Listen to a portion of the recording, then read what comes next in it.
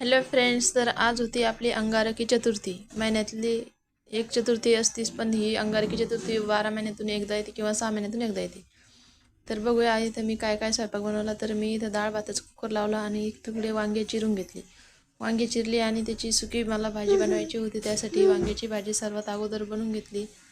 वांग्याची भाजी बनवल्यानंतर मी लगेच पीठ मळून घेतलं आणि पीठ मळून घेतलं आणि पोळ्या करायच्या होत्या। आज अंगारकी चतुर्थी होती म्हणून मोदक पण बनवायचे होते, त्यामुळे मी आज पिठाचेच मोदक बनवणार होते। त्यामुळे इकडं मी वांगे शिजायला टाकून दिला आणि पीठ मळायला घेतलं। पीठ मळल्यानंतर आपली इकडं वांग्याची भाजी तयार झाली होती, सुकी वांग्याची भाजी होती।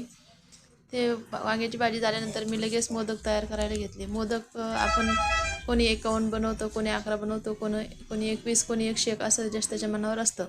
तर मी इथं आज 21 मोदक बनवणार होते, ते पण गव्हाच्या पिठाचेच बनवणार होते। तुम्हाला त्याची रेसिपी पुढच्या व्हिडिओमध्ये देईल। तर बघू शकता मी इथं 21 मोदक बनवून घेते आणि ते मला आता त्याला तळायचे। तर बघू शकता मी इथं मोदक बनवले आणि आता ते त्याला तळायचे। तर इथं आपल्याला थोडंसं तेल घ्यायचं आणि छानपैकी कडक होऊ द्यायचं त्याला आणि त्यामध्ये आपले मोदक सोडून द्यायचे। मोदक असे 5 मिनिटांमध्ये छान असे लाल सोनेरी होईपर्यंत तळू द्यायचे आणि ते काढून घ्यायचे। बघू शकता आपले मोदक किती छान असे तयार झाले। आता लगेच मोदक झाल्यानंतर लगेच मी इकडं पोळ्या बनवून घेतल्या। लगेच पोळ्या बनवल्यानंतर नैवेद्य बनवून घेतले आणि आपला स्वयंपाक तयार झाला होता। इकडं वरण भात पण आपला शिजला होता, तुम्ही बघू शकता।